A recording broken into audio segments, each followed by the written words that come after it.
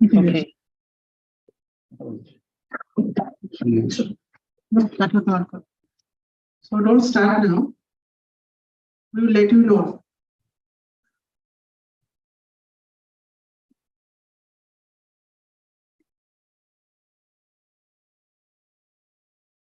Okay. All right. Can I start? 5 minutes left. We will. Mute করা আছে। Mute করা আছে? না, mute করা আছে। Mute চালু করে দে। Mute চালু করে দেখতে পাবো। দাঁড়াও।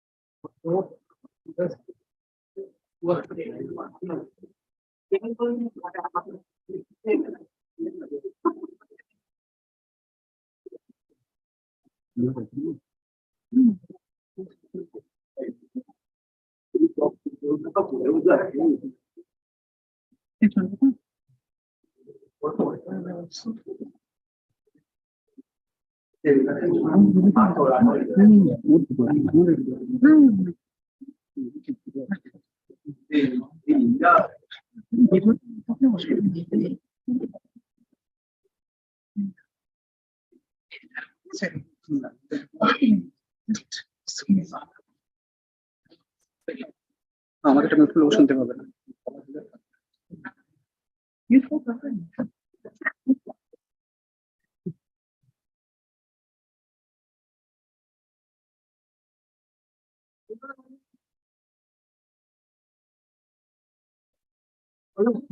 এখানে ওখান থেকে বলতে এখানে বললে better.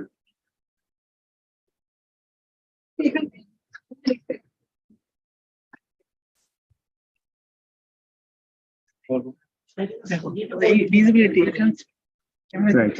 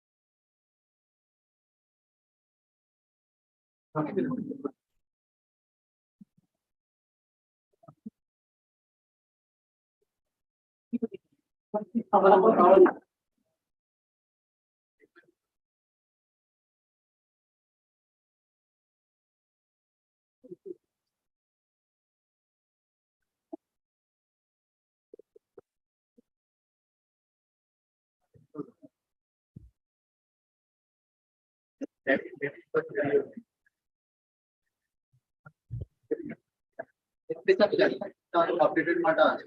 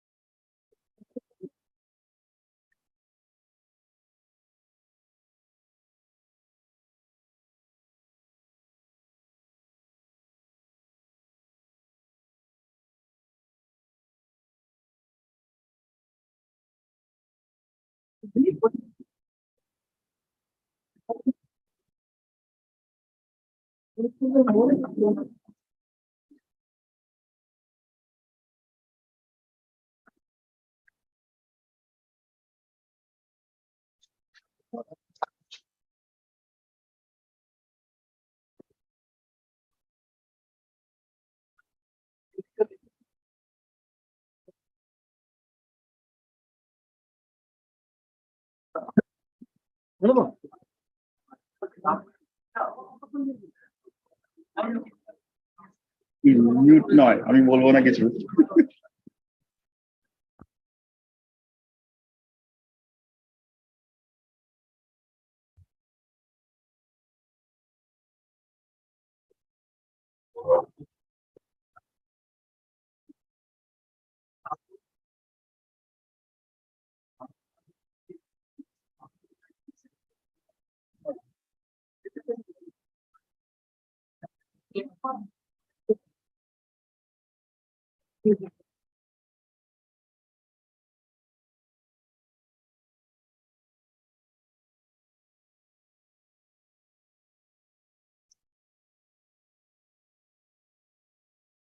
So, welcome to session 2 of the day, Symmetric Cryptology, and this session will be chaired by Dr. Vimal Shah.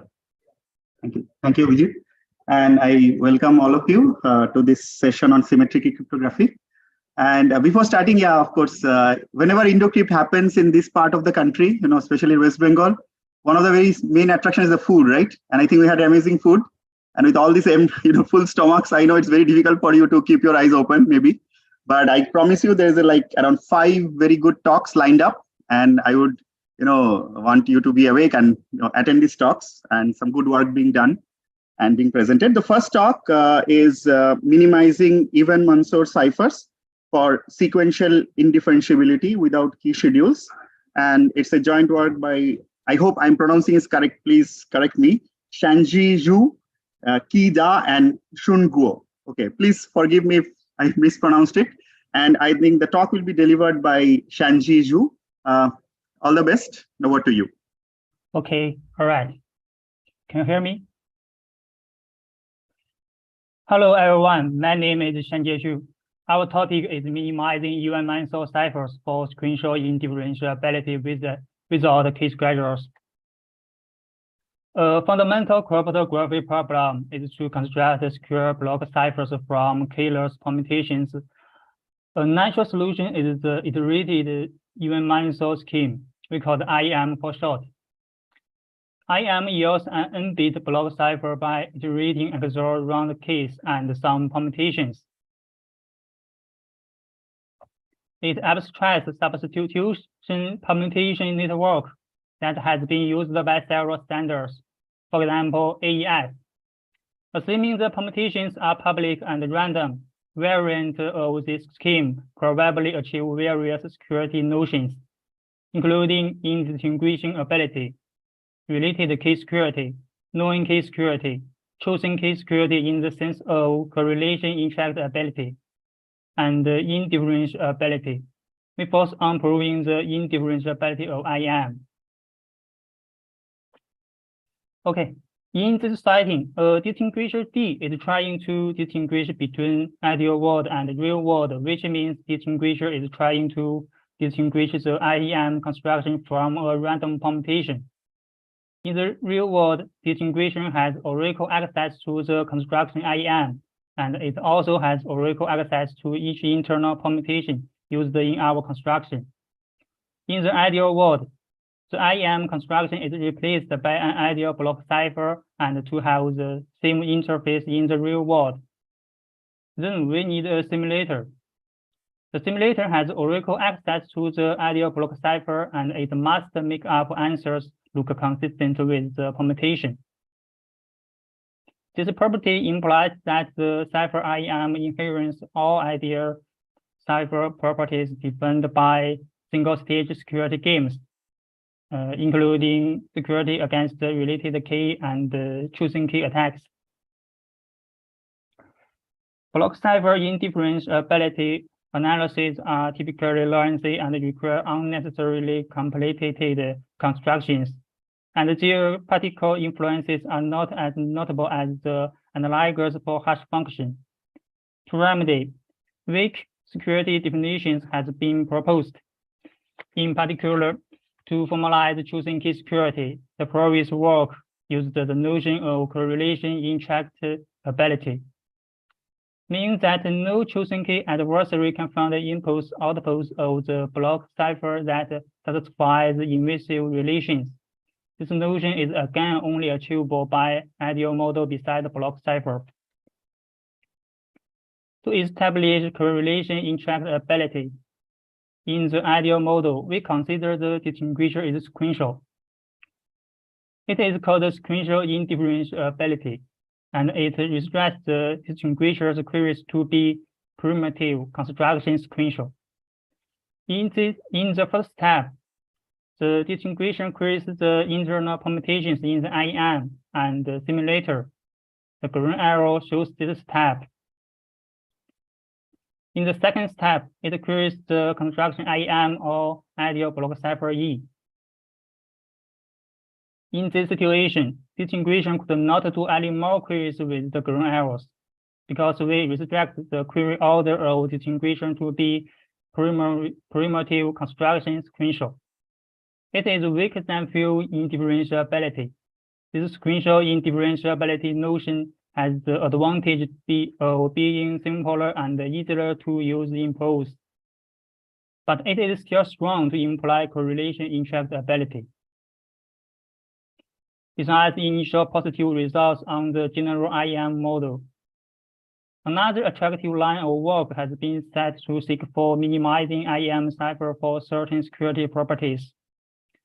In the previous work, the single key UMS variant EMIP without any non-trivial key schedule is called sequential indifferentiability at 4 rounds. The natural step is to investigate whether weak indifferentiability is achievable using a single permutation. Unfortunately, our first observation is that even in the weak model of sequential indifferentiability, the single key, single permutation UMS variant EMSP remains inscrutable, regardless of the number of rounds.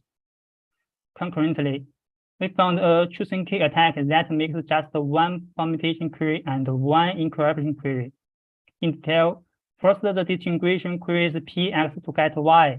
Next, let k be equal to x XOR y. Then u is equal to y, and v is equal to x. So in the EMSP construction, a single input-output pair of the permutation already yields a few T-round EMSP. Given our negative results on EMSP, to achieve security, one must enhance 4-round EMSP by using at least 2 independent random permutations. We call this IAM variant EM2P. The permutation P1 is used in the first and fourth rounds, while the permutation P2 is used in the second and third rounds. And we think that the other way is not feasible. Next is our main work. We prove that EM2P without any non-trivial key schedule achieves the notion of sequential indifferentiability. This is the minimal IAM scheme. In general, to establish indifferentiability type security, the first step is to construct a simulator that resists obvious attack. Then it remains to argue that the simulator is essential. Finally, the simulator gives rise to an ideal world that is indistinguishable from the real world. So the question is, how do we build a simulator? We use chain complete technique.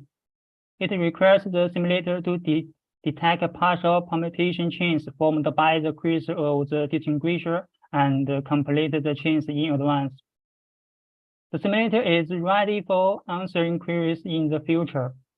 So to simulate answers that are consistent with random permutation, the simulator must use the answer from permutation to define some simulated answers. This action is called adaptation. The observation on EM2P is that permutations used in the middle rounds and the outer rounds remain independent. Consequently, upon decreasing the permutation, this simulator can identify in clear if D is evaluating in the middle or in the outer rounds. In detail, upon the distinguisher D querying P1, the simulator simply answers X or Y. Other than that, the simulator does not do any additional actions.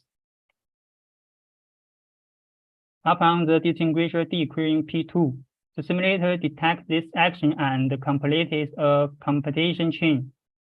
Since the permutation P2 used in the second and the third round are the same, this query can be in either the second or the third round. In the first step, make the currently created X0, Y0 located in the third round, and then place all the results of previous queries to P2, including X0, Y0 in the second round. Each combination of the second and third rounds produce a round K. For example, K0 equals X0, XOR Y0. P1 equals X1, XOR Y0. So, and the simulator recognizes the partial chains in the middle rounds. Then taking a partial chain X0, Y0 and X0, Y0 as an example, the simulator queries P1 in the fourth round and queries E to get other values on this chain. Next, the simulator completes a combination chain for each of the combinations and adapts it at the first round. In the second step, make the currently created X0, Y0 located in the third round, and then place all the previously created results in the second round. The simulator then repeats the action in the first step, but this time adapts it at the fourth round. Note that the combination of the pair X0, Y0 and the same pair X0, Y0 does not need to be repeated in the second step. Worth noting, querying to P2 only function as singles for detection, while adaptations only create records on P1, and such adapted records will not trigger new detection. This idea of assigning a unique rule to every round primitive was used in previous works, and it indeed simplifies arguments. After introducing the simulator, we simplified the previous model. E is an ideal cipher, S is the simulator, P is the random permutations with n bits. The most important thing is we need to find out the distance between ideal world and the real world. It remains to establish two claims for any distinguisher D. Firstly, the simulator S has bounded complexity. Secondly, the real world and ideal world are indistinguishable. To this end, we introduce a hyper-intermediate system. It functions as a bridge between ideal world and the real world. The simulator has both access to E and P. The distinguisher can create the simulator or create the EM2P construction with Oracle access to the simulator. We first found the distance between ideal world and the intermediate system. We can see the distinguisher first queries the simulator with Oracle access to E and P, both in ideal world and intermediate system. If this pair is good, the answers the distinguisher resolved are identical. On the other side, E is an ideal primitive and EM2P is the real structure. So the distance between ideal world and the intermediate system depend on the pair EP. Next, we found the distance between real world and the intermediate system. We noticed that real world only has access to P, so the situation is different. The most important thing is how to change the pair EP to P. We use the randomness mapping to solve it. First step, we define the map lambda on the pair EP. The map lambda is defined for good pairs EP as follows. Run D and consider a table of the simulator at the end of the execution. Then fill all undefined entries of the tables with the special symbol. Since for a good pair EP, the simulator never overwrites an entry in the table. In other words, when the pair is bad, the image is a special symbol. And the partial permutation P apostrophe is good if it has a good pre-image by lambda. Then we see that the permutation P extends the partial permutation P apostrophe if some agree on all entries. By definition of the randomness mapping, for any good partial permutations, the outputs of intermediate system and the real world are equal for any pair EP. So we can use partial permutations to find out the distance between intermediate system and the real world, thereby find out the distance between ideal world and the real world. So we make a step towards minimizing the 4-round iterated even Mansell ciphers will return sequential indifferentiability. On the negative side, we found out an attack against the single K single permutation even Mansell with any rounds. On the positive side, we prove sequential indifferentiability for 4-round single K even Mansell using two independent random permutations. Those provide the minimal even Mansell variant that achieves sequential indifferentiability without K-schedule functions. Finally, this will be a summary of our work compared to previous works. It shows that number of primitives, K-scheme, simulator complexity, and the security bound for our work and previous work. Thank you for listening. Okay.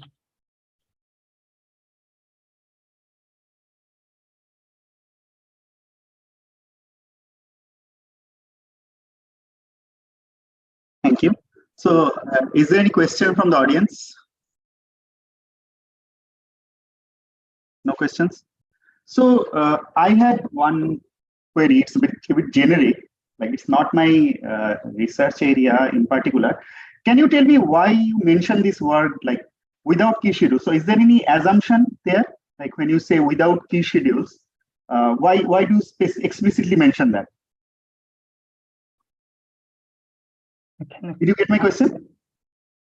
Sorry, I cannot hear clearly.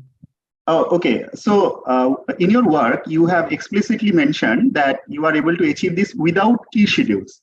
So is there any specific assumption you make for this? Or why is that restriction there?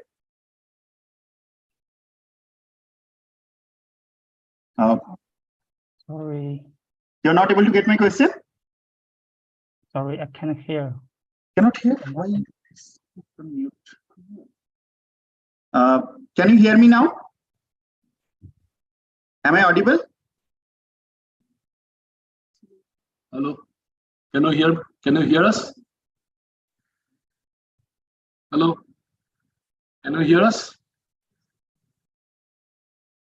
Janji, can you hear us? Okay. Okay. I think there could be some technical issue. We'll probably ask him later. So we move on to our next talk. So the next 4 talks will be offline. And the next talk is new algorithms for exhausting optimal permutations for generalized Feistel networks. It's a work by Stephanie Dolan, Patrick Debres, Arthur Gontier, Charles Prudhomme, and I think Arthur will deliver the talk. So all the best. Gently, can you please stop sharing your screen? Chanji?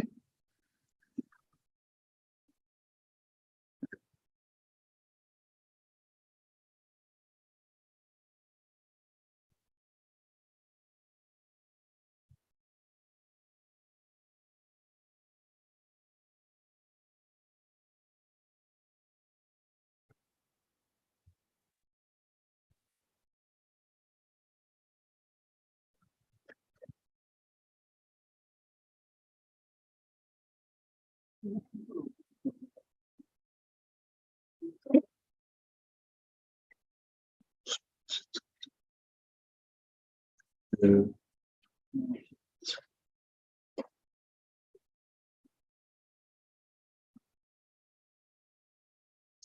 hi everyone, thanks for the introduction. So I will be presenting a new algorithm for testing optimal implementation for GFNs.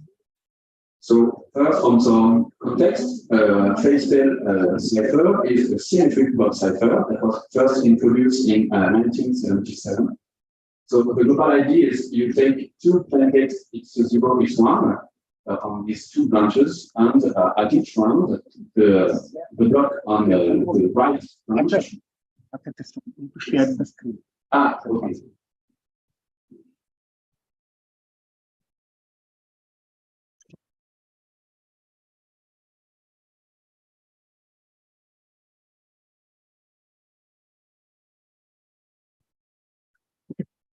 Okay.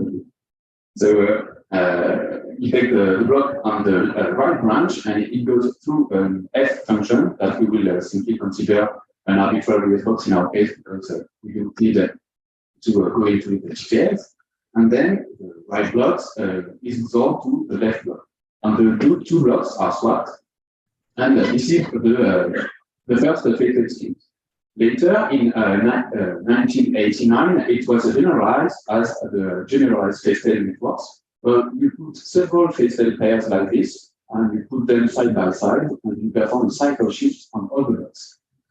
And later, in 1996, was introduced the type 2 GFN with a permutation like this.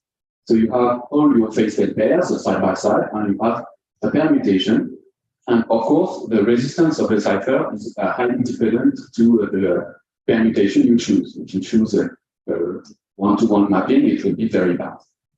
So in 2010, the diffusion round was introduced as the minimum number of rounds such that a block, for example, x0 here, does influence all the blocks of the cipher. So this is a Feistel scheme with several rounds, and the red tree is the diffusion of the first block. And it was shown that if you have double the number of the diffusion round as the number of rounds for the cipher, then you will be resistant against impossible differential attacks. Later, in 2019, the focus was made on even permutation because they are more friendly, I will explain. And in this work, I will present a general graph algorithm for the general case of the Feistel permutation. So an even permutation is a permutation where you send each odd block to an even block and each even block to an odd block. So this is the permutation of the cipher on the right. And you see that I have an odd number, even, odd, even, odd, even. This is an even permutation. And the nice property is that since we are on an odd block each 2 rounds, then we can double the diffusion each two rounds. So this makes a lower bound on the diffusion round, which is given by the Fibonacci. So what is our problem? Our problem is to enumerate all the Feistel permutations with the optimal diffusion round. And for example, the first Feistel the first generalized Feistel with the cycle shift would need for 32 blocks, 32 rounds to fully diffuse. And we know today that the optimal diffusion round for 32 blocks is 9 rounds. So we can do better with the well-chosen permutation. So in the general case, the complexity is really high because k is the number of Feistel pairs, 2k is the number of blocks. To enumerate all the permutation, you have 2k factorial permutation to test. In the even complexity, this is slightly better because we know that every odd block can only go to an even block, and that's it. So we have k factorial squared, and it was shown that we can further reduce the complexity of the enumeration by taking a cycle decomposition of half of the permutation. I will explain it later. And thus you can reduce the complexity of the enumeration to k factorial nk, with nk the number of partitions of the integral k. And in this paper, I will show that our new representation allows us to make a formula in the general case for this algorithm. So our new method, the old method, the previous method first, we are building the diffusion tree, so the red tree here, for each block of the cipher, and there were enumerating all the diffusion trees. With our algorithm, we are trying to build a graph like this. So this graph represents this permutation. And you see that 0 goes to 3, 0 goes to 3, 3 goes to 6, 3 goes to 6. And we have something more in this graph than the permutation, and this is the link between the blocks. So for example, the block 1 is linked to the block 0. 1 is linked to the block 0 with a red edge. The block 3 is linked with the block 2 with a red edge. And these are 3 edges. And we are going to try to build the path in this graph and thus enumerate efficiently the permutation for the phase networks. So with this method, we have now a proof by enumeration that here we have a proof that the non-evenod permutations are not better than the evenod permutations. So we have the proof now that the evenod permutations are better up to 32 blocks. And in fact, for the real-world phase ciphers, we are interested in the 16-block phase states and the 32-block phase states. As I mentioned earlier, we have the Fibonacci bound only for the evenod case, and I will present later that we try to have a similar bound for the general case. And to summarize the efficiency of our method, the previous work in the general case for by Koshwa and co-authors were doing a 2^46 test of diffusion round, and with our method it takes around 8 seconds in a supercomputer, and for 32 blocks it takes around 8 hours. So my talk will be divided into 3 main parts. First, I will talk about the graph representation of the phase networks and the new properties we can see in these graphs. Then I will present our new path algorithm with a simple example and the problem we face with this problem, with the symmetries. And finally, I will talk about the results. So first of all, we have a graph like this with as red nodes the odd blocks, green node the even blocks, we have the permutation edges, and we have the free edges that represent the Fox passages from the neighbor nodes. So for example, I have 0 here, which is linked to 1, 2, which is linked to 3, etc. And we want to now define the diffusion round on this graph. So the diffusion round is for each pair of node UV, there is a path of length exactly R from U to V. And in fact, we have a better property because if we have a path from all the green nodes to all the red nodes of length R-1, then we have the diffusion round. And this is because we know that every green node, for example, A here, is linked to a red node, and every red node is linked to a green node. So if I have a path from A to B of length R-1, then I have a path from A to G and from A to H. I also have a path from I to G and from I to H. So by ensuring one path of length R-1, I in fact ensure 4 paths.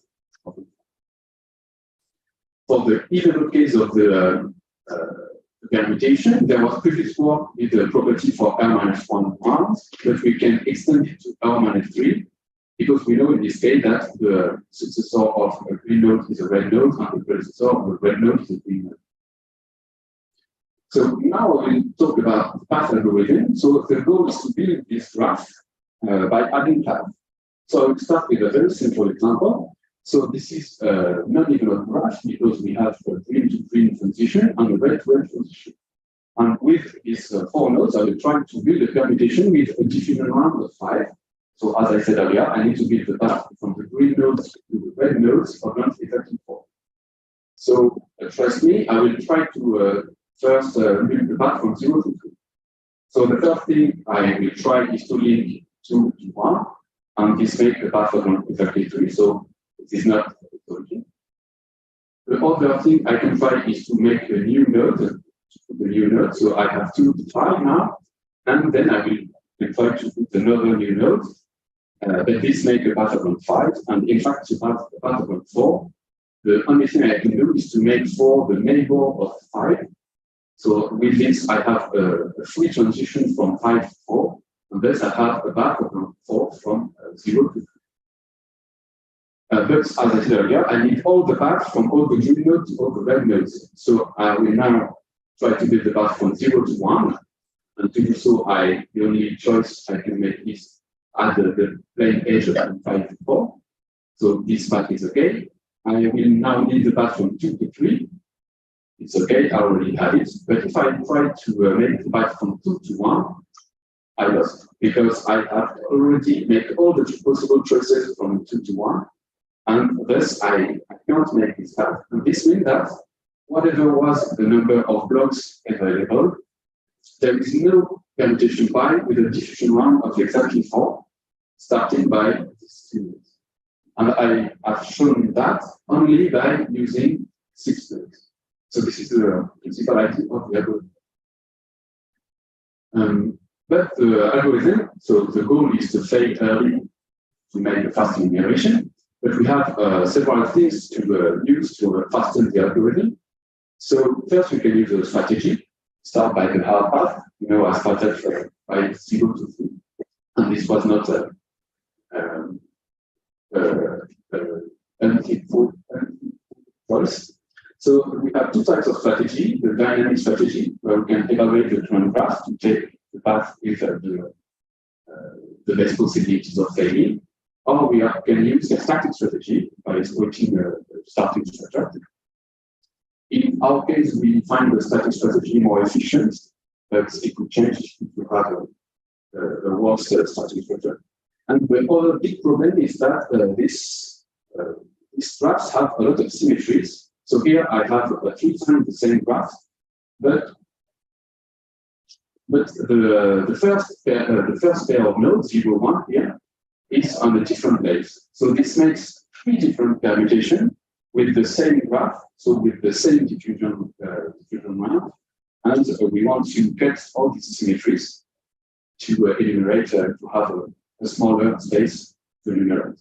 So to do so, in the even case, the strategy was to make a cycle decomposition of half of the edges. So you see here that I have fixed all the edges from the green nodes to the red nodes.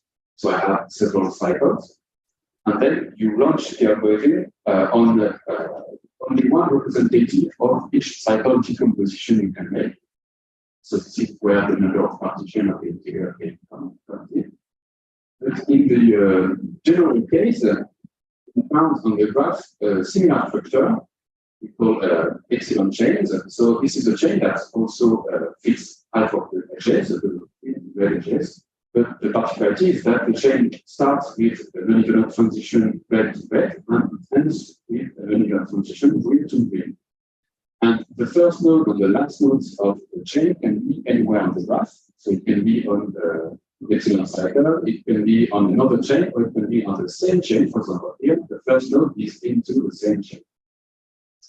So once I define these two things, I can take a skeleton of a solution. So a skeleton is split into 2 parts, the even part and the non-even part. And then you take the cycle decomposition of the even part and take the chain decomposition of the non-even part.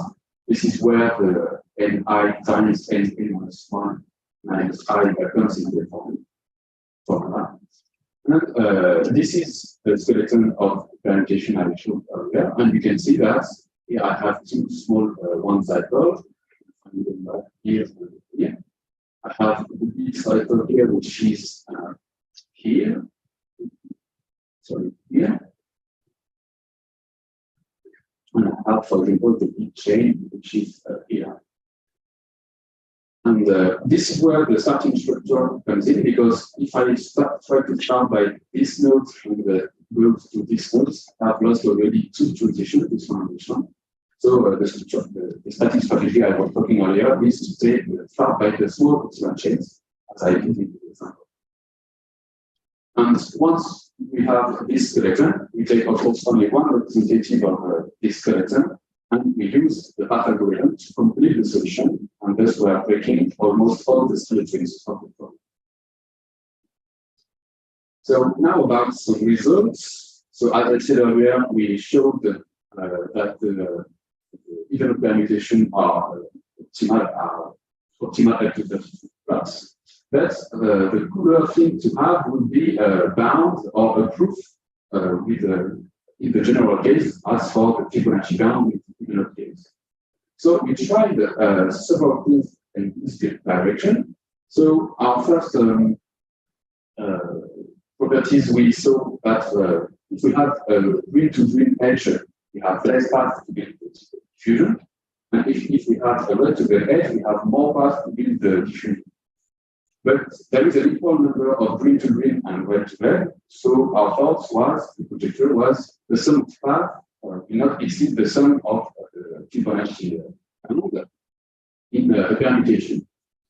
But we found a counterexample for this. So this is a permutation, and I count the number of paths. In total, I have 22 paths. This is the inverse permutation of this one, and I have also until and the Fibonacci bound gives us 20. So this suggests that the non-even node permutation maybe could have a better diffusion. But I showed earlier that for up to 32 volts it was false. So we don't really know how to prove that formally other than enumerating all the permutations. But in all the examples we found, we always have, for example, here this node, the node number 6, has only 4 paths. And maybe there is a proof to do starting by the weak nodes of this closure time. And the other thing we saw that is that in 2010, as I said earlier, I said that the diffusion round is a good property to have with the strong against impossible differential. But in 2019, some optimal diffusion round permutation, some optimal permutation regarding the diffusion round were not that good for truncated differentials. So in our algorithm, this is very generic, so we can change the criteria as we want. And we tried several other criteria because the question is, of course, what is a good criteria? We tried 2 of them, the X-path diffusion round, where we don't want one path between each pair of nodes, but we want a mixed number of paths, and we are increasing the number of paths. To be more suitable for the truncated differential, we tried the X-S-box diffusion round. So we want at least X-S-boxes between each pair of nodes. But it turns out that these new criteria are not strictly better than the diffusion round. They make the problem harder, but they are not super better for truncated differential. So this is the question is how to find the good criteria to be secure against other type of attacks. So to conclude, in this talk, we have a graph representation of generalized phase quarks with new properties. With these new properties, we are able to make a generic path algorithm, which is publicly available. And we have a proof that the non-even permutation are optimal up to 32 volts. And we have a lot of new open question, which is what criteria could we think of to have more secure GFN. And there is definitely a lot of criteria. We can add the criteria, we can have the diffusion round plus another property, since the algorithm is very general. And that's it for me. Thank you for your attention. Thank you, Arthur, for that wonderful talk. Is there any question from the audience? Yeah. Can anyone get a mic there?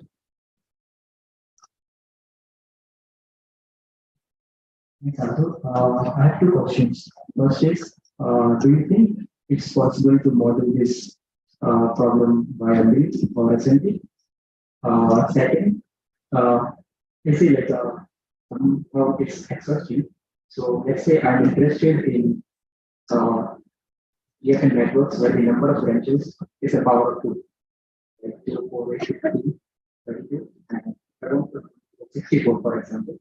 So for the optimal permutations which you found for till 32, if you find any structural patterns in it, then so that you can get them out. In fact, it's really hard to go higher than 32 dots. So no, we don't have that. It's hard for every to verify every product to have 64 dots, for example. We have a lot of annotation, a lot more than for 32 dots to check for the other products to say we want and so on.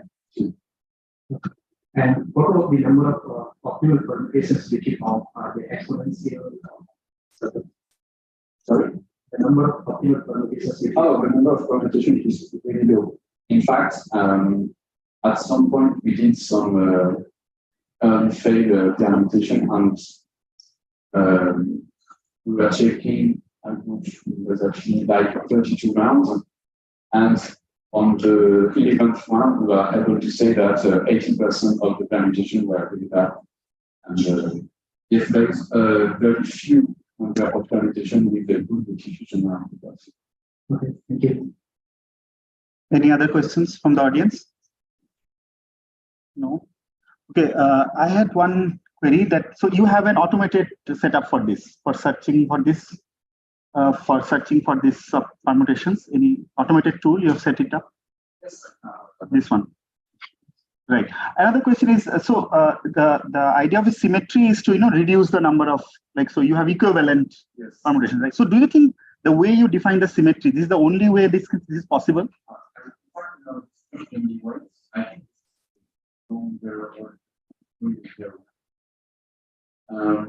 because you see in I got a lot of symmetry, but I have one symmetry left. Is if I invert this cycle and this cycle, I have one symmetry more. Right. And I can turn this cycle set. So there are some symmetries left, and we try to break it by adding.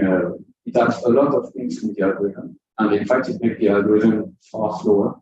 Okay. So we thought it is better to use this starting structure, but with a fast algorithm. So currently, you're not exhausting it, but you are going for a faster approach. So exhausting entire algorithm becomes slower. Okay.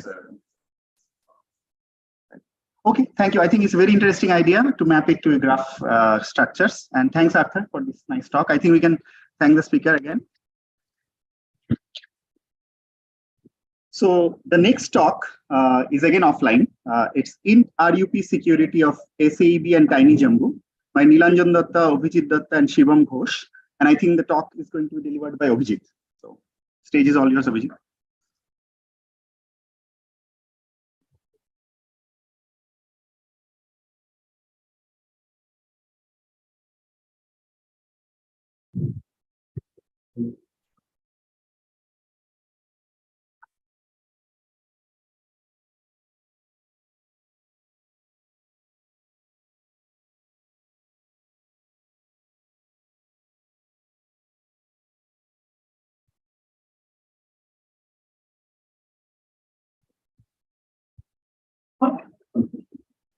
So, hello everyone. I'm going to talk about interrupt security of SIDE and Tiny Jumbo. So this is a joint work with Nilanjan and Shivam. So here is an overview of my talk. So I'll start with the definitions of authenticated encryptions and their basic security functions. Followed by I will briefly discuss about the WAF security and its model. Then I will discuss about this SIDE authenticated encryption mode and its interrupt security analysis. And then we'll go to the Tiny Jumbo, which is one of the finalist candidates. And we'll also analyze the interrupt security of Tiny Jumbo. And then we will conclude. So let's begin. So as we know, like symmetric cryptography, so the basic goals of symmetric cryptography is to achieve the privacy and the integrity. And when we talk about privacy, we basically kind of use some encryption scheme to achieve privacy. And for integrity, we use some MAC scheme. And when we want to achieve both of them, that is privacy and authenticity, so we will typically use the authenticated encryption scheme. And in the literature, there are two types of authenticated encryption scheme, namely the stateful authenticated encryption scheme and the stateless. And for stateful authenticated encryption scheme, you can assume that the state can be maintained using some nodes or some random IP. So this is the basic description of authenticated encryption scheme where we have two algorithms, encryption and decryption. Suppose Alice wants to send some message. So what she does, she will take the encryption algorithm with the input nonce, message, and associated data, and that will generate a ciphertext C, which will be received by the Bob. And upon receiving that, Bob will apply a decryption algorithm upon it, and this decryption algorithm will either output the valid message or some error symbol. So this was for the stateful authenticated encryption scheme, where we have the notion of some state, right? So A denotes the state, kind of, which we can assume it's a nonce. Okay, so for the stateless one, okay, so we do not have the notion of nonce. Okay, so for authenticated encryption scheme, the security that we want to achieve are two types, namely the privacy. So in the privacy setting or in the privacy requirement, so we have an adversary. Okay, so the adversary have access to some oracle. So in the real world, so adversary access to the encryption function of the actual authenticated encryption scheme, and in the ideal world, the adversary access to some random function. And we say that for a secure authenticated encryption scheme, the advantage of distinguishing these two words is negligible for any kind of efficient adversary. And the second security notion of the authenticated encryption scheme is the integrity requirement, where the adversary have access to a pair of oracles, namely the encryption and the decryption. So this encryption and the decryption oracle are basically the actual functions of the underlying authenticated scheme. And we'll say that the adversary successfully, can break the integrity of the authenticated encryption scheme if he can produce a non-trivial, nonce-associated and ciphertext tuple, such that this nonce-associated ciphertext tuple is a valid one. That means the decryption will generate or will output a valid message. And for a secure authenticated encryption scheme, you want that this forging advantage should be negligible. Right. And we say that an authenticated encryption scheme is secure in a conventional sense if its privacy and the integrity requirement is satisfied, namely if it achieves this HCPA and its CPA security. Okay, so now we come to the second kind of notion, which is the subject of our discussion, namely the rough security. So what is the rough security? So in a general kind of authenticated encryption scheme, when ciphertext is received by a receiver, so you need to hold the ciphertext, right, and you decrypt it, and upon decryption, you need to hold the entire plaintext in order to verify whether this plaintext is a valid. So in a resource-constrained environment where you do not have enough memory, so storing the entire long plaintext is kind of not practical. So you often need to release the plaintext which have not been verified. So that means you need to release some unverified plaintext. So for correct verification, all these ciphertext blocks need to be received at the receiver end. But since we have a limited buffer size, therefore it cannot hold the entire ciphertext at once. So as a result, you must need to release the plaintext before verifying. So it has been shown. Okay, so this rough security model was kind of introduced by Angela et al. In Asia 2014. And in that same paper, they have shown that two popular authenticated encryption schemes, namely OCB and COPA, these are not rough secure. So OCB and COPA, these are insecure in the rough model, but they are secure in the conventional authenticated encryption. In CTRSA 16, Chakravarti et al., they have shown that IFIT can be forged in the rough setting, and in SSC 17, Datta et al. Have shown that ELME, encrypt linear mix and encrypt, it does not provide any integrity in the rough setting. Okay, so therefore, till now what we have seen that some of the popular authenticated encryption schemes which are proven to be secure in the A model, those schemes are kind of vulnerable in the rough setting. That means if you have an access to the unverified plaintext. Right. So therefore, we require a different kind of security notion to model this kind of rough setting. Okay, so in the rough setting, so adversely, I am not sure whether but okay, so what we actually do, so the decryption function of the authentication scheme is split up into two parts, namely this code decryption part, and this is the verification part. So the code decryption part, it outputs a message, and the verification part, it outputs either accept or reject. Right? So in a conventional AE scheme, you just plug them up and you get this decryption. And the encryption function remains same.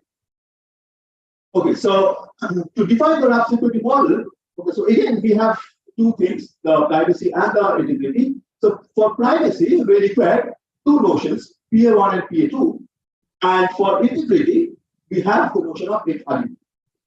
Okay, so in PA1 notion, adversary, okay, you recall that in the authenticated encryption scheme, we have kind of two worlds, real world and ideal world, and in the real world, we have that encryption, and in the ideal world, we had the random function.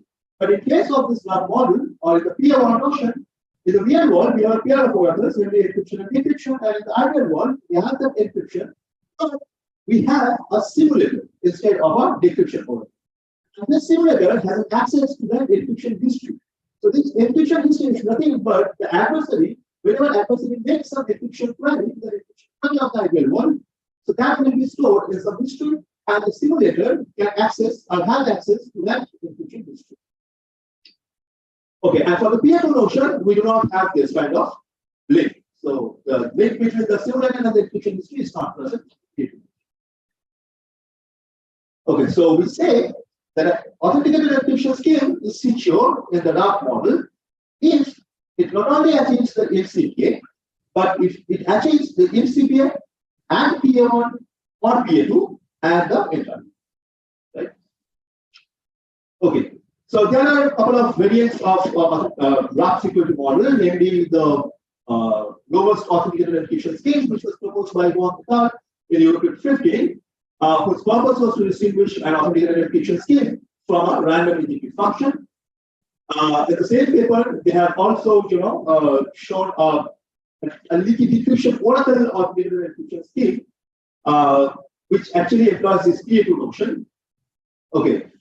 In IMAC 50, subtle authenticated encryption scheme was proposed by Bowell et al., which was a refinement of the lowest authenticated encryption scheme for a non-space authenticated encryption scheme. In Crypto 17, Ashwin et al. Have proposed this RAP AE, which deals with non-space authenticated encryption scheme, and they have actually proposed a variant of GCM construction, which was shown in the RAP model, namely GCM RAP.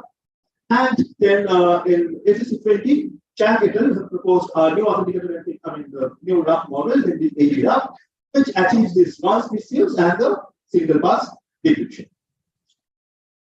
Okay, so now let us see some negative and positive results on the RAP security over a couple of years. So again, just to reiterate that Chakravarti et al. Have shown that any rate-1 feedback type authenticated encryption scheme cannot be RAP secure. As a immediate corollary, COSB and HINA, those are not intermediate.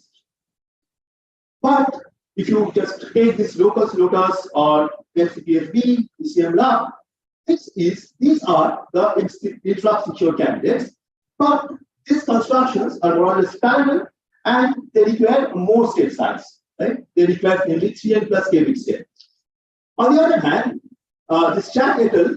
Have shown that one day this is a sequential block cipher-based constructions, which is intra secure, but it does not have on-the-fly encryption. So what do you mean by the on-the-fly encryption? That means that when you kind of give the plain text, the ciphertext will be released on the fly. So you do not need to store the message and the cipher. Okay, so as a result, to achieve the RAP security, we either have to lose the state size. That means you either go for this point, you may use constructions which are parallel, but it will require the more number of states, or you go for the constructions which will be sequential. That means that will not require a larger number of states, but that will not have the on-the-fly encryption feature. So to achieve RAP security, either we use on the state size or they do not have the on-the-fly encryption. So as a result of that, we ask the question that can we have a block cipher-based construction having this on-the-fly encryption feature with a total of n plus k bit state, where n is the the internal state size and k is the key size of the underlying block cipher. Okay, so to answer this question, so we studied that Bhattacharjee et al. They have shown a lower bound on the interrupt security of order QD QP by 2 power C, where QD is the total number of decryption query, QP is the number of offline permutation query. Okay, by the way, so this construction is basically a permutation-based sponge type designs, and C is the capacity of the sponge. So they have shown that the interrupt security of duplex type sponge construction achieves a lower bound of the interrupt security order of order QB QP by 2 power C, and their attack can be extended to other sponge variants like Peter or Fog, and they proposed Olivakiza, which achieves this QD square by 2 power C bound of interrupt security bound. Okay, so now we come to our question, like for the block cipher-based construction. So again, these results have shown that okay, any no rate 1 feedback construction can never achieve the interrupt security. Fine. So therefore, we must relax on the rate, right? For smaller state size.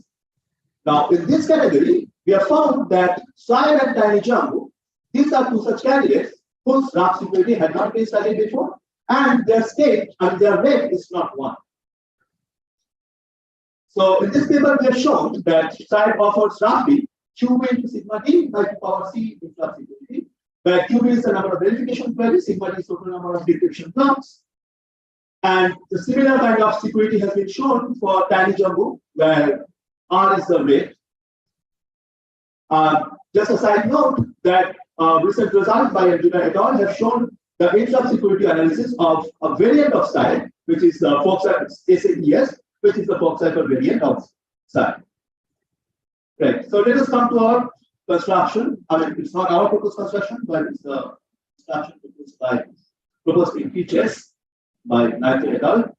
Okay, so this is the construction. This is a sequential sponge-based construction, but instead of permutations, we have a key block cipher, right? So here R is the red part of the sponge, and C is the capacity, and in this red part, we actually indent the message. So this is the accelerated data processing part. So after this accelerated data processing, we generate some ID, and that ID. Okay, so here it is ID. Okay, so for the time being, we can just ignore this constant 1 and the constant 2. So for our security analysis, we do not have any kind of relevance of this constant. Okay, so for a specific value of constant, we can just take out the different. Okay, so that ID, which is generated by the accelerated data processing, that will be used in the plain text processing, and again, the similar kind of processing will be carried over, right? So you inject this message and you take out the ciphertext, so and so forth. So so this when you instantiate this cipher with AES 128, so that construction is specifically named as SAE-AES, which is a second out candidate in this type of competition.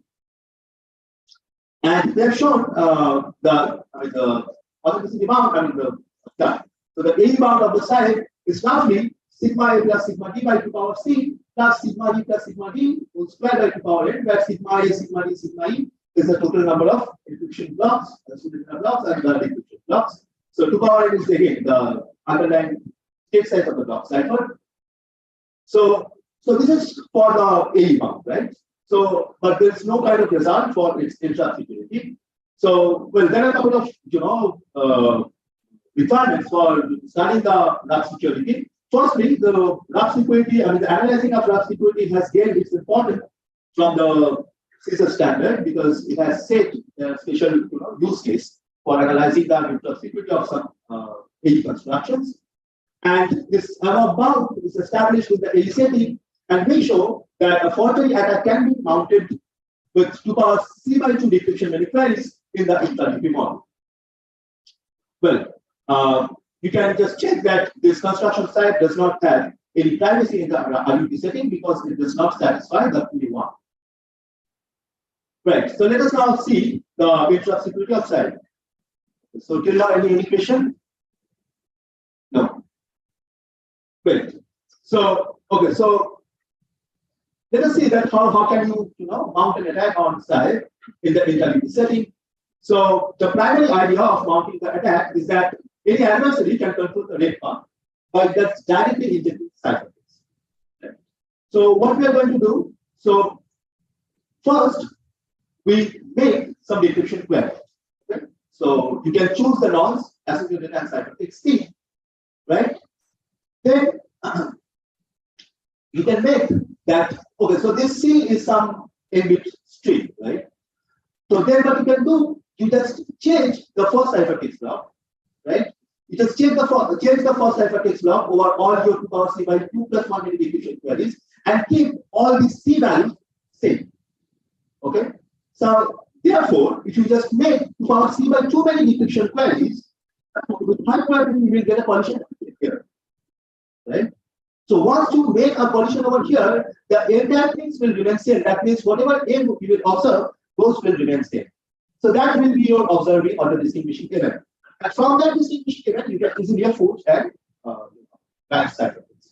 So you see that the CI1, this is the red part, that means you can change on the first block, and rest of them will be same as C.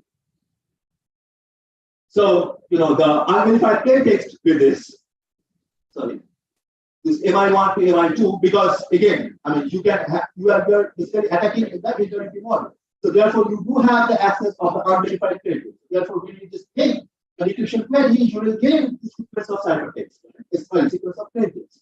So once you have this, you can easily check that whether this Mj equal to Mk holds for all A starting from 3 to N+. That means you check whether all the A, I mean, if the Z2 collides, then all the A value you will get from here, this point onwards, so those will be all the same, right? So as a result of that, what then you can do, then you make an encryption query with the first block of Mj, right? And your ciphertext will be okay. So you will get a sequence of ciphertext and a tag, and then you make this. You forge with this tag, that you have obtained from this encryption query, and make the CK1, which was actually equals to the CK1, right? So that was the idea of of our eternity security attack on the side construction, and here the data complexity was a number of query complexities, basically. Right. So now let us see the security of SIDE. That means we are going to, the upper bound or the advantage of SIDE construction. So we say that 2 states should be equalized if the data of 2 queries matches up to the jth block, or if the data of 2 queries matches and their corresponding norms also matches, or the absolute data and the corresponding norms of the 2 query matches and their corresponding message collides up to the jth block. Apart from these 3 conditions, all other conditions will be classified as a non-trivial condition. And these conditions you can actually, do by yourself by kind of an attacker strategy, right? So this will not come up as a condition of the internal state, right? Now, the rest of the analysis is straightforward. We just apply the standard result by the standard kind of framework by applying this H coefficient technique to derive the eternity security bound, and where we have to identify the variable. So we call that transcript is bad if either 2 states non-trivially collide, or there is a row collision in the sequence of ciphertext blocks, or there is a verification match. That means if there is a verification query such that all its intermediate states are kind of non-fresh, right? And the final state of the verification query again collides with the final state of an encryption query for which the tag collides. And this is the interrupt security bound that we have obtained, which is roughly, QB sigma d by 2 power C. And well, now you see that if you plug the side, if you instantiate the side construction with AES 128 by taking the red part equals to 32, then you can achieve 2 power for 8 many blocks for the interrupt security, which is kind of satisfies the risk value. And but this was kind of a standard which is mentioned in ECS, where your red part should be 64 bits, but that actually ensures that you can only get the interrupt security for 2 power 32 many blocks. So the conclusion is that to achieve interrupt security, you need to lower the massive induction. And the last part of my talk is about the tiny jumbo. So tiny jumbo is a family of AEA mode proposed in list network competition, and it is one of the main finalists. Well, this is the associated data processing. This PAK, these are the internal key permutations, which are based on some LFSRs. This is the data processing. Again, this is a sponge-based mode, right? And this is basically a sponge duplex mode. And this construction uses two different key permutation, P and PB, that are derived from a directed in LFSR. And these permutations are similar in structure, but they differ only in the number of rounds. So this is the initialization function.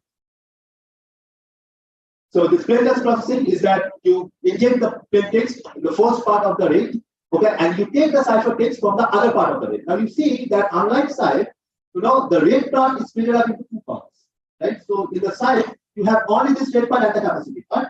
But in case of tiny jumbo, your rate part is split up into two parts. And because that inside that, at the point you inject the message, you are taking out the ciphertext from that particular. But here, you are injecting the message in one part, but taking out the ciphertext from the other. Right? So as a result of that, we have been able to show the upper bound of its interrupt security. Again, the same kind of strategy, but we have not been able to, mount an attack on the interrupt security of this tiny jumbo construction. So yeah, the security bound that we have obtained is roughly of the same order that we have obtained for psi. Okay, where rho is kind of some security parameter and tau is the tag length. Well, there are a couple of open questions that I would like to end with. So unlike psi, interrupt security bound of tiny jumbo is not tied. And coming up with a matching attack for tiny jumbo would really be an interesting research problem. And unlike Olibakida, that investigating interrupt security on permutation-based sponge construction without any additional overhead seems to be a really challenging research problem because Olibakida takes some extra state, right? So without taking that extra state, how can you, show or how can you analyze the interrupt security of some constructions?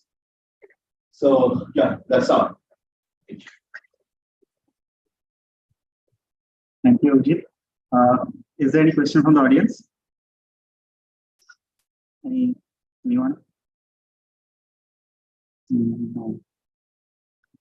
So, Abhijit, I have one small query. So, according to you, so the trick that the only difference there in the mode is that it takes the output from different part of. So, do you think it's a good design strategy for in terms of RUP security, because you are not able to?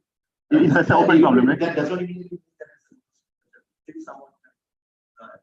Okay. But now, we Okay. So, any specific reason you chose these two? So basically, it is kind of easier to get a position on the capacity part because you have this massive ciphertext. And since you can inject the message at the ciphertext, you can inject the ciphertext on the same part where the message is injected. So therefore, it is easy to find a position on the capacity part. But in this case, this is not so direct on that. And how do you comment in with respect to a classical forgery and in RUP based forgery? So the difficulty of these two problems, how do you comment on this? Classical forgery, you do not have the verification portion. So that in case of this interleaf forgery, you do have the access to the unverified plain text. So you have one more advantage. Verification scheme, you do not have it. You must hypertext and either the message. So that actually makes the accuracy more powerful. Right. Okay. Thank you. I think we can thank Abhijit again for this wonderful talk. We move on with the next talk. It's OCB plus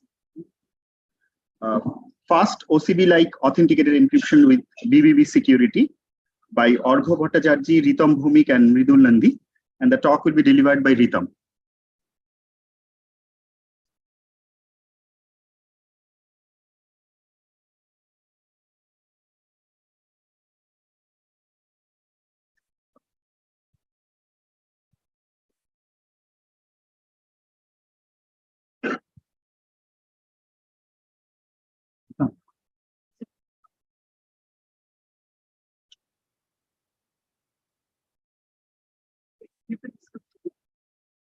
ঠিক আছে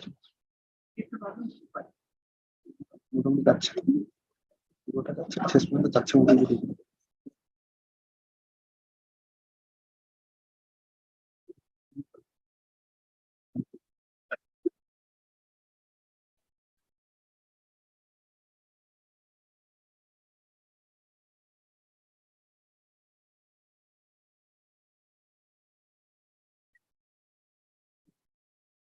Hello, am I audible?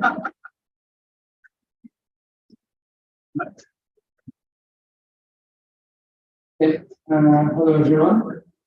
So this talk is titled Offset-based BBB secure tweetable block ciphers with updatable caches.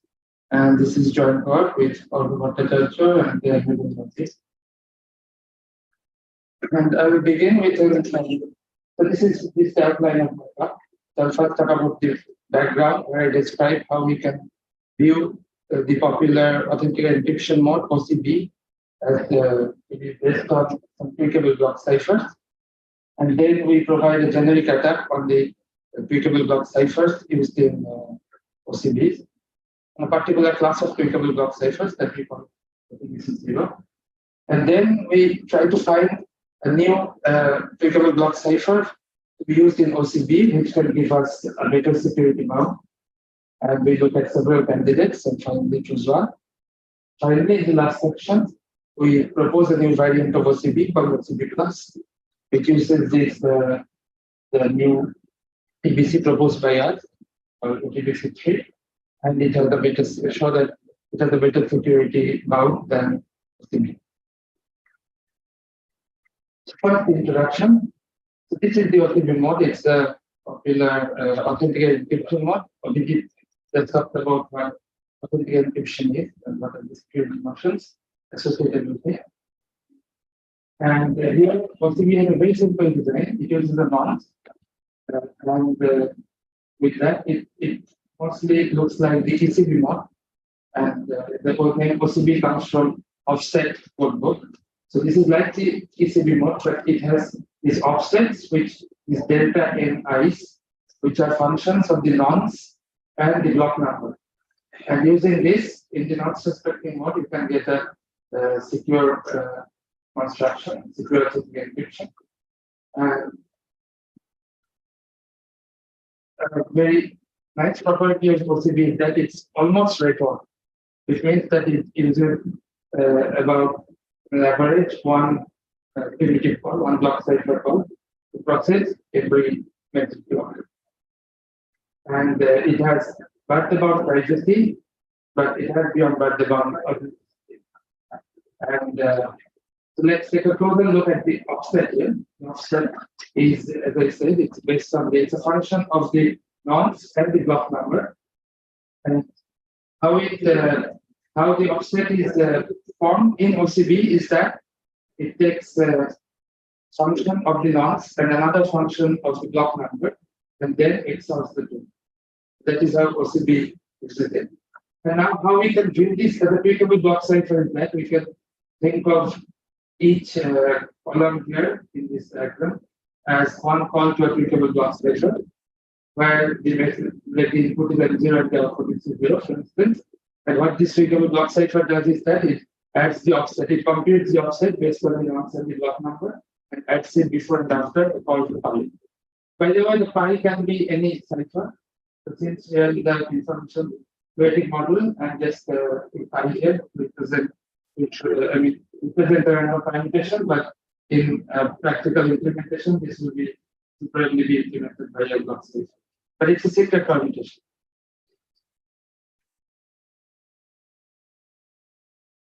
And so this it is also this TBC which leads to this birth-bound in the privacy of OCB, because this TBC can be attacked and be distinguished in the birth-bound. That leads to this birth-bound privacy. And now the question we started out with is, can we do better? Can we find another TBC which improves this birth-bound of the privacy of OCB and can perhaps match the authenticity bound, which is already beyond birth. And so first we look at a stronger variant of the TBC used in OCB. So, but we call this the same offset because it's the same offset that is being added before and after the call to pi. And this is a much stronger variant than what OCB uses, because here f is a completely random function, and it which takes no pi is just a permutation. or is not tweakable. So this entire thing is like a tweakable permutation. This entire construction. Yes. And yeah, the tweak is. So by the way, when we are talking about this TBC, we are like trying to design this specifically with OCB in mind. So we'll assume that the nonce is so the nonce and block number combination is unique. So this will be applied to a series of messages like this, and for each nonce, then it will be applied to a number of consecutive block numbers, and then for the next message, the nonce will be different. Nonce will not be different for every block of the model. Nonce and block number combination will be this thing. So that is always the assumption throughout this stuff. And this is actually the strongest frame offset variant possible of the tweakable block size for used in OCB. But unfortunately, this does not give us the beyond bound, because if we look at it carefully, if we have a collision at S, since where we have M XOR C is equal to S XOR Xi. If we have a collision at S, we'll always have a collision at M XOR C. And also, even if we do not have a collision at S, we can still randomly have a collision at M XOR C. So this tells us that when we're using this TBC, the collision probability on M XOR C is roughly double that of the ideal. It can lead to a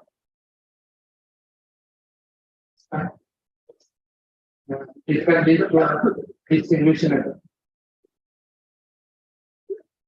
Okay.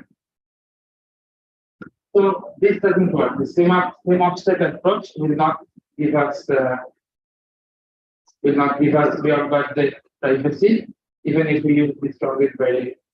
So we move on to the case where we try to use different offsets for the input and the output. This moves up to the second part of my talk. And so the first candidate we take is that if we use the same approach, if we take a random function of both the nonce and the block number, but take two independent random functions for the input and the output, that's it all. And here F1 and F2 are two independent random functions. We use them to generate the two offsets for the input and the output. And this actually works very well, because this is kind of the strongest variant of this offset-based tweakable block ciphers. And this you can show easily that it's completely indistinguishable from an ideal tweakable random permutation. Because the nonce block number combination is always different, and then you add completely random offsets to the input and the output every time, and this can never be distinguished from tweakable number. Which would seem to indicate that you are done. Unfortunately, there is a problem that here for each block, for processing each message block, we require 3 primitive calls, and the primitive calls can never be reused because the nonce-I combination is always distinct. So for processing each n, we need a call to H1, a call to H2, and a call to 5. That gives us a total of 3 sigma calls for sigma blocks, and that makes it very expensive. And this completely destroys the rate 1 property of OCB. So this will give us a very secure aperture encryption. That is true, but this is not OCB, because it's a very characteristic property of OCB is that have that kind of rate 1, almost rate 1 feature. So this is not really what we are looking for. And so we look a bit deeper at what is the advantage that OCB has. And now to come to that, we need to talk a bit about updatable offsets. What is an updatable offset? The delta I plus 1 is the offset for the nonce and the block number I plus 1.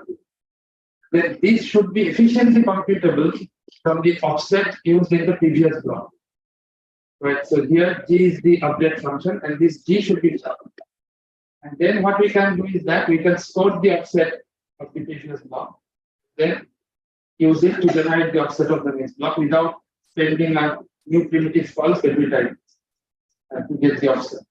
And this, in fact, is also satisfied by the offset used in OCB. And This is a property we'd like to keep. So we don't want to take the fully random function of non-certain block number.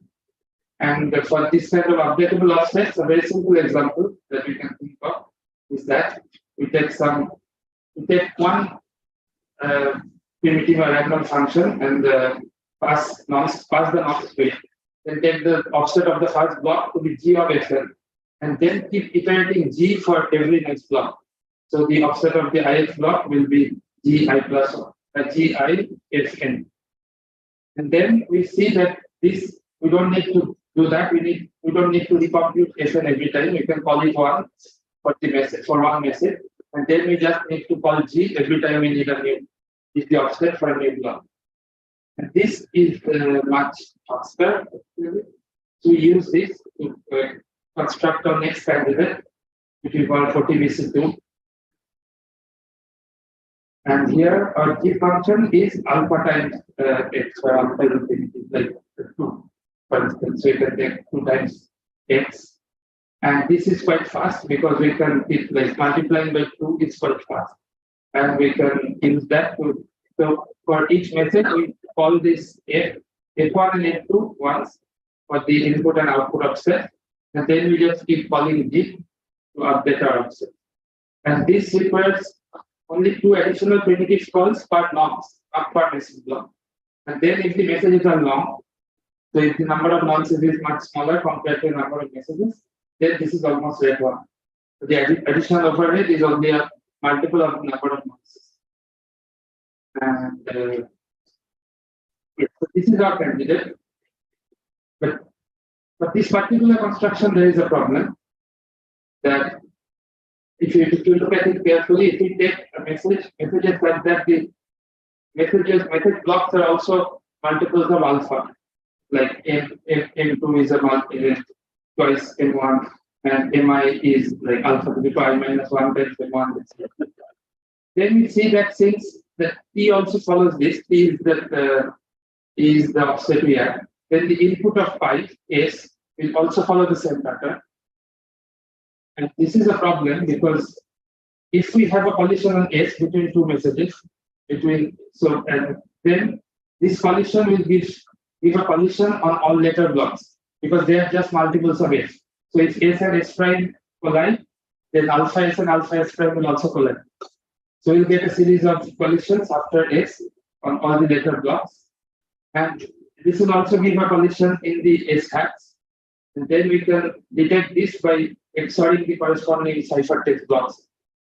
So for instance, if we get this collision in 3 successive blocks, then the corresponding sums of the ciphertext blocks will be in the proportion of 1 alpha and alpha squared. This is not an event that is likely to occur in the random test. So this will be a distinguishing. So this is somehow too simple to work. So this is good in the updatable sense, but this does not give us a secure TBC. And so finally, we move to something slightly different. And we notice that we don't really need the offsets to be updatable. We don't need to update offsets from previous offsets. We can keep a cache state, which we keep updating, and then efficiently compute the offsets from this cache state. And this update of the cache should be fast, and the retrieval from cache to offset should also be fast. And to take an example, we can take 2 random functions, independent random functions. So this, by the way, I'm just talking about. Sorry. I'm just talking about the input offset. And, if we take 2 independent random functions, f1 and f2, we can take the cache to be like in the cache we can keep both f1 and f2 and keep iterating g1 and g2 to update functions over there. And when we are computing the offset, we can just for the retrieval we can just take the sum of these two, the 2 halves of the cache state. And this is actually quite efficient. The retrieval is quite efficient, and the G we can take as previous, G1 and G2. And then it's important to notice that the offset for the I+1th block cannot directly be computed from the offset of the ith block without having access to shell, because once you are adding the two halves, you cannot get back into the state. You have to. So you have to get access to shell. This gives us an additional layer of security somehow. So we implement this for our final candidate. And for this, so let's look at the input offset for this. And here we take these two input, the G and G prime, the two functions to be taken by G1 and G2 next. So it's multiplied by alpha and multiplied by alpha squared. So essentially take the outputs of F1 and F2, multiply them by alpha and alpha squared for the updating, and then add this to M. And for the output, so since we are in this possibly like this authentic encryption here, we only worried about for the privacy part, we only worried about encryption calls. We are not worried about the decryption calls. And that means we can get away with something simpler offset in the output part. So for the output, the offset is much like what is used in possibly. It's a random function of the norms and XOR with some. And it's XOR with some function of the block number. But for that, we just multiply the encryption of 0 by the alpha. And this candidate finally works. And its efficiency you can check. It requires a few more additional calls, but again, it's just a multiple of the norms. So for long messages, this becomes almost straightforward. The efficiency part is good enough. And for the security, we can show, so we found the proof using coefficient H technique that this has in the CPS setting that I previously described, in the nonce respect and CPS setting, we can show that this is beyond Bard-Debon security. And this also has the Bard-Debon security in the CCS setting. This has just a side result, so it's not less secure than what is used in OCB. But it's certain, but it provides a better privacy bound, because in privacy bound, you're only worried about the encryption points. So now we come to this new variant for OCB. I hope this diagram is visible. It was fun to draw.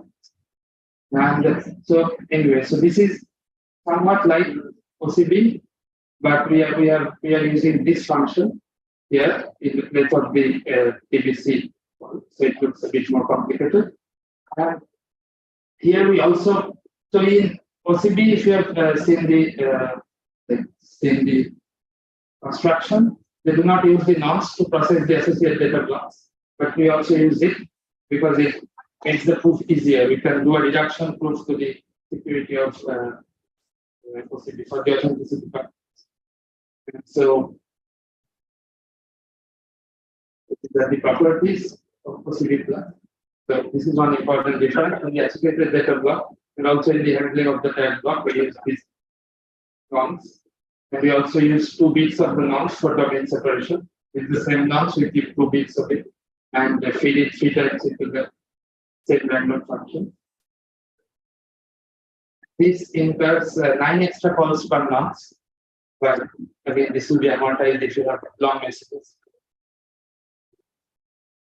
And we can show that the beyond the privacy follows from our previous result from TBC that we showed in the previous study, and it's beyond the bound authenticity that we reduced to that of TBC. So this is the construction, and so that's my talk. There are some open problems that you can try to reduce the number of primitive calls, because we are doing many for processing one nonce. Maybe you can, there is a way of reducing the primitive calls, number of primitive calls, but still keeping it beyond the nonce here. And we can also try to get beyond the bound CC secure offset based TBC. So we can also look for beyond the bound CC security, which we did not aim for, but maybe adding more primitive calls for the output offset can help in doing that. That's all. Thank you. Thank you, Ritam. Any questions from the audience? Yeah, Ovik. Ovik, you can take this. Ovik. Okay. Ritam, so did you have any estimate on the minimum number of primitive calls? So what is that? So here you have used some number of primitive calls. Do you have any estimate that at least this number of primitive calls needed to have beyond the account? Maybe you do not have any construction. So for this, we are doing a few exchanges to keep the group simple. So maybe we do not need it for the superior data part. Then we can, but then the proof will be a bit more complicated. But it's probably doable. So this we did just to give a but we have any specific number or something. No, but I think this is more or less required that at least two primitive calls for processing each norm to get the input part in the CPS setting. For the CCS setting, we'll probably need 4 for the input, 2 for the input and 2 for the output. So here we need 3 on the norms, and 4 will probably be required because this result seems to suggest. But yes, we do not have a proof for that. But this result seems to suggest that if we want to have it updatable, but also want to use one block cipher call, like 1 unit is called per month for the input offset, then it can be difficult. Okay, so Vijit. Well, as you know that OC3 has been attacked with shorter nonsense. It is less than 6. So I think that doesn't carry over to your. Absolutely not, because we are considering like a full block. Yes. That means 2 bits reserved for domain separation. So this OCD3 has also a lot of like small optimizations which we did not do. We are looking at the more of block pictures. We are directly encrypting the norms and all that.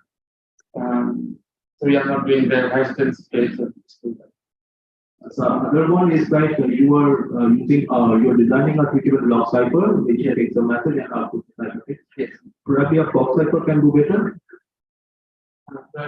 Box cipher because it basically is 2 bit ciphertext. I mean, it's basically a pair of tweetable permutation. Yes, but then you need tweetable permutations. The Fox cipher is really not something that it's more like an it's more like ideal. Your throughput will increase because with the same message you can get a pair of ciphertext blocks. But for the same message, you do not want a pair of ciphertext blocks. If you're doing authenticated encryption, then then you can defect. So Fox cipher has a feature. So from a particular ciphertext block, you can go back to the actual text. Yes, but also for the Fox cipher, I'm not sure if because Fox cipher is kind of has been used in different kind of construction of ADAT schemes. So that's yeah. Any other questions from the audience? Ritam, I had one small query. So if this proof works, if for the non-reuse scenario also, so long as the message is, the pair is unique. Is it? Yes. So this is not a nonce. Okay. So we are talking about the scenario where. So if the nonce is reused, but the message. TBC part we have this setting in mind. So we are looking at each of these message blocks as a separate call to the TBC. But then the nonce is actually reused. So once you call a nonce, nonce remains fixed, and message like the block number is only the block number. Then for the next message, the nonce changes, but then again you keep like block numbers keep increasing. So for the TBC, if you just look at the TBC, then it gets repeated nonces, but different blocks, different block numbers. And then, so yes, so that across calls, the nonce changes. Across calls, the nonce always changes. Yes. But this is, so the OCP class is being called in the nonce frequency. Another question was the use of this word cache you mentioned. So, right. So is this the first time you are, this is being proposed, this updatable cache thing? Or it is there exists in literature? I'm not familiar. It is under different name. Okay. Okay. This because this is not something that comes out. It's like a state you keep and then you compute the offset from there. So does the rate at which you update differs if you use the cache with respect to the classical offset? Updatability. So that depends on the. So here only was a very simple retrieval function. So the retrieval function is just the addition of the two parts of the shell. Okay. So this is just the function. There can be other retrievals possible, but this is not just one way of formalizing. So you just keep a state which is not directly the offset. That's the point. But you can compute the offset easily from it. You keep the two halves, you keep implementing the two halves, and then adding them to get the offset. But just from this sum, you cannot get the next offset. You have to keep the two individual halves. Thank you. I think we can thank Ritam once again. And as we move on to the last talk, it's also offline. It's ISEP plus ISEP with fast authentication. It's a joint work of Argho Bhattacharjee, Obhik Chakraborty, Nilanjan Datta, Kautamok Mancilas Lopez, and Mridul Nandi. And the talk will be delivered by Argho.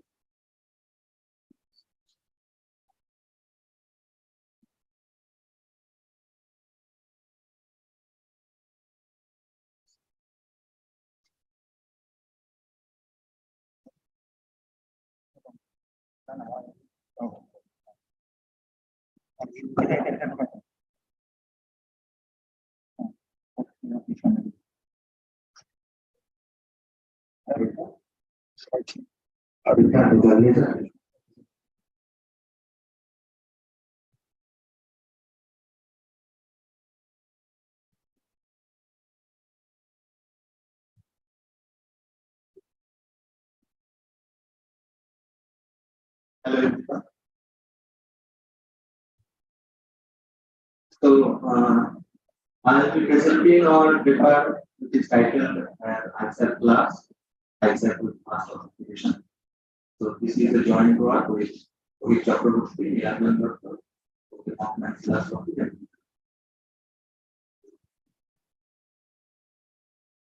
I'll start with authenticated encryption construction in ISEP. This is the recent construction proposed by Brown et al. So this is a quick introduction of ISEP.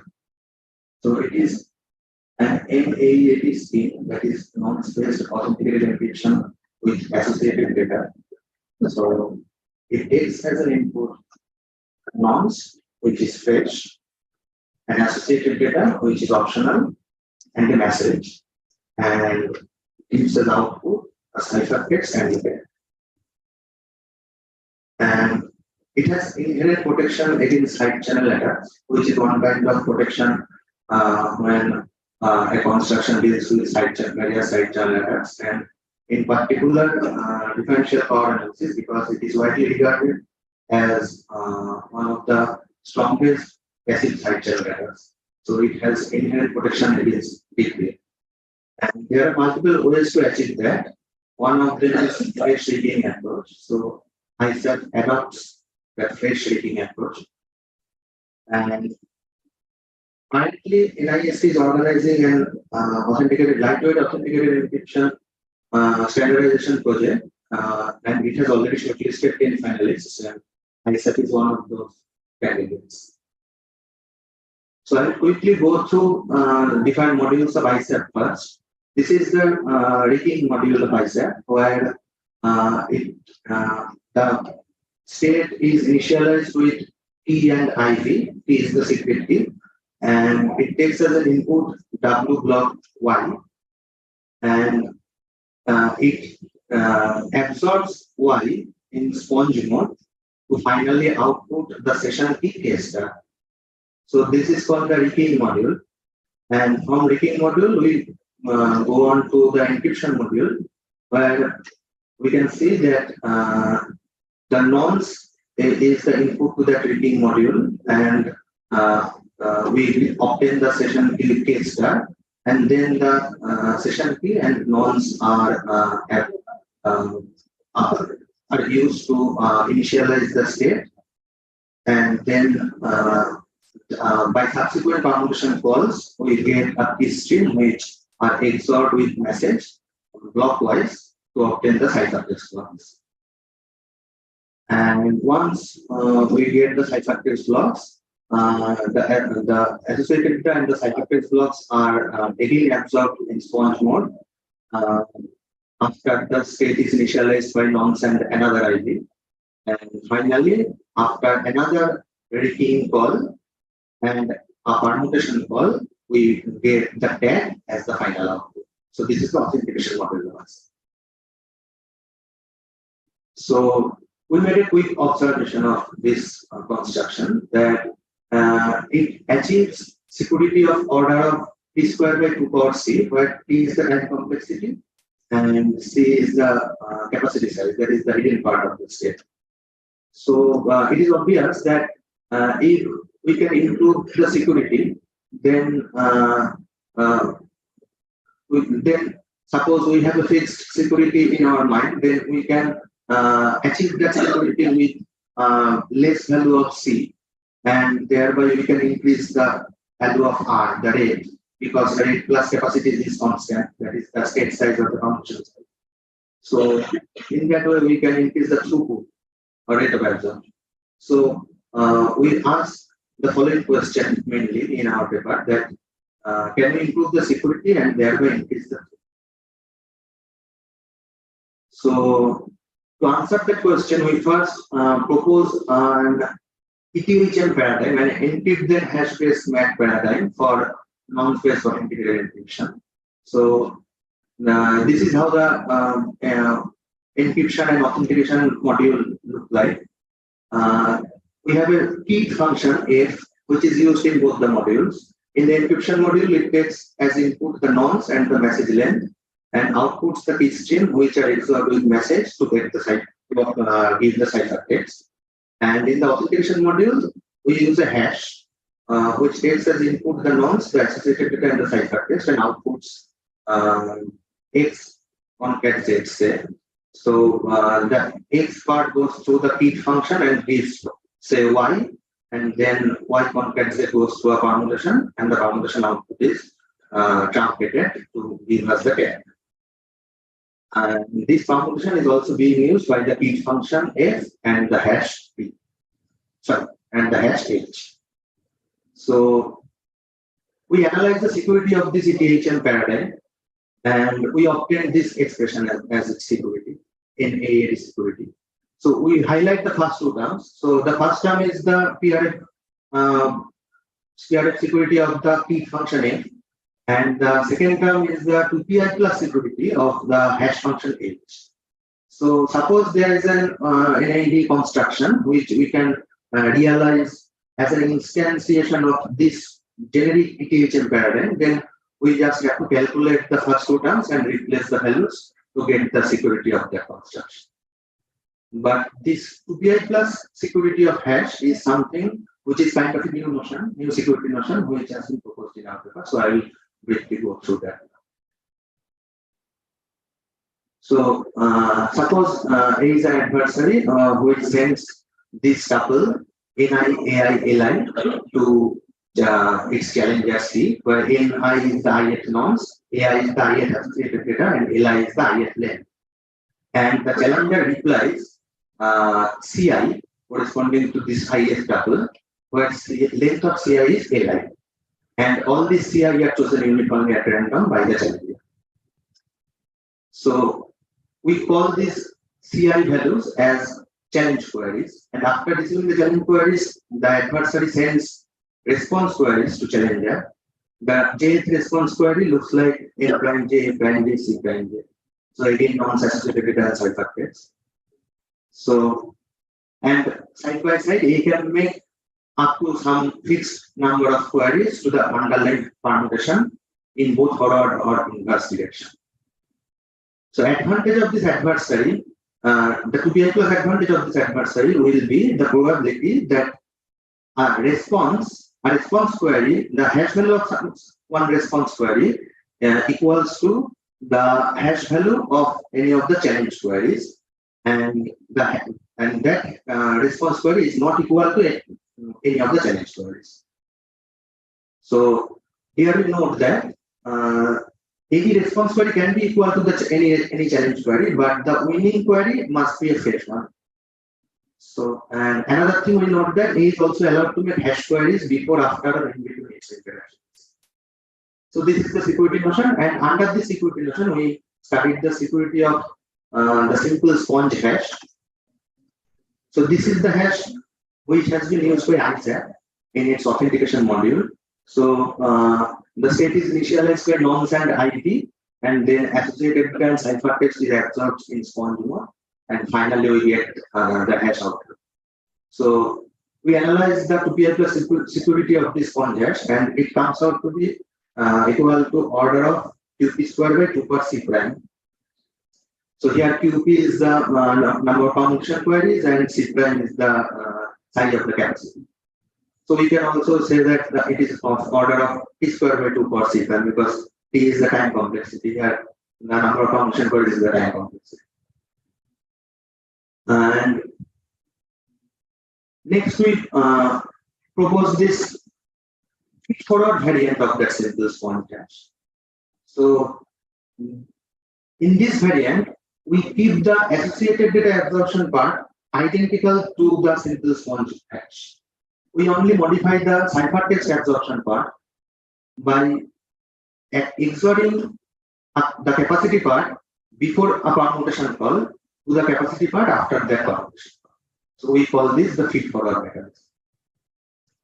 So this is the ciphertext absorption part in the figure, and we analyze the 2pi plus security of this feed-forward variant, and it comes out to be of order of QP square by 2 power C prime plus sigma QP by 2 power C, where we can say that it is equal to T square by 2 power C prime plus DT by 2 power C, because sigma is the encryption query blocks. So that is the data complexity.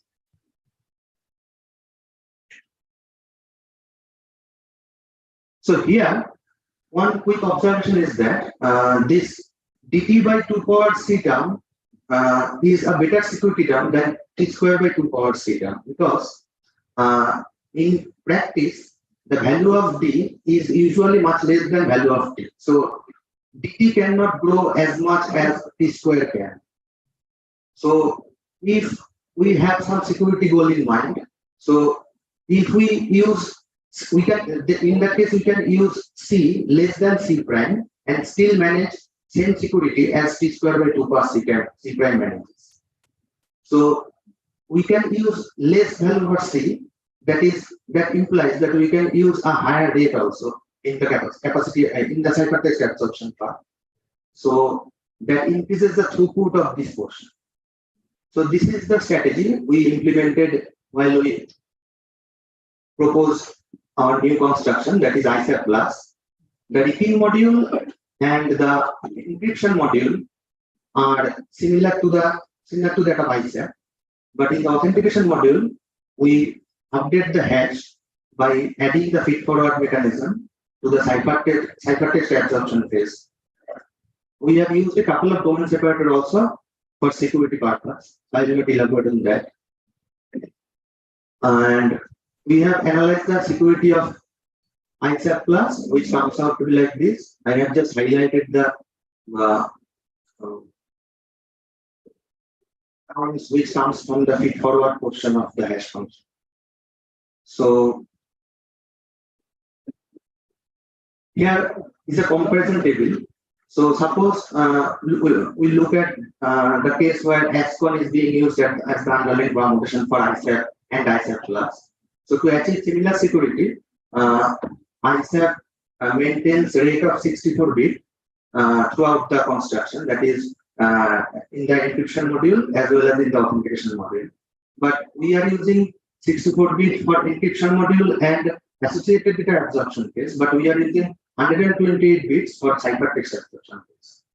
So when you calculate the number of permutation calls, it is approximately A plus N by 64 for ISAP, but A by 64 plus N by 128 in case of ISAP plus.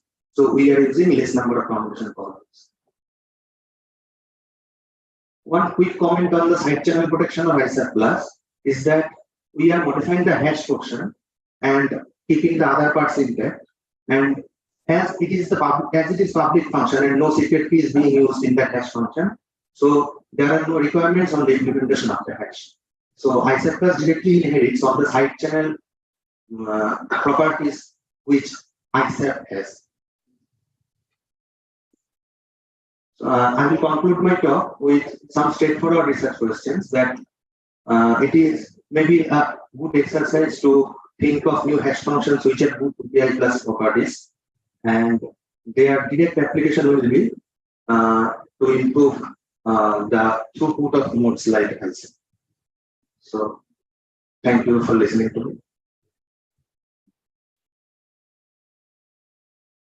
Any questions from the audience? No questions? Okay, then let's thank Orgha again. And let's also thank all the speakers of this session. So now we break for tea, but I have one announcement said by the organizers. So actually, Shulekha is a one very renowned company, and they make these fountain pens and also their ink. So they are also one of the sponsors of this event, and they have set up a stall just outside the auditorium. So if some of you still write, not only type, you still write, and you use a fountain pen maybe, or you want to use one, you may visit the stall. It's a very renowned company, and they've reinvented the way the inks are made, and so I think it'd be good time to even visit, even if you don't buy. So thank you, and please, I think we can go for the tea, right? Thank you very much.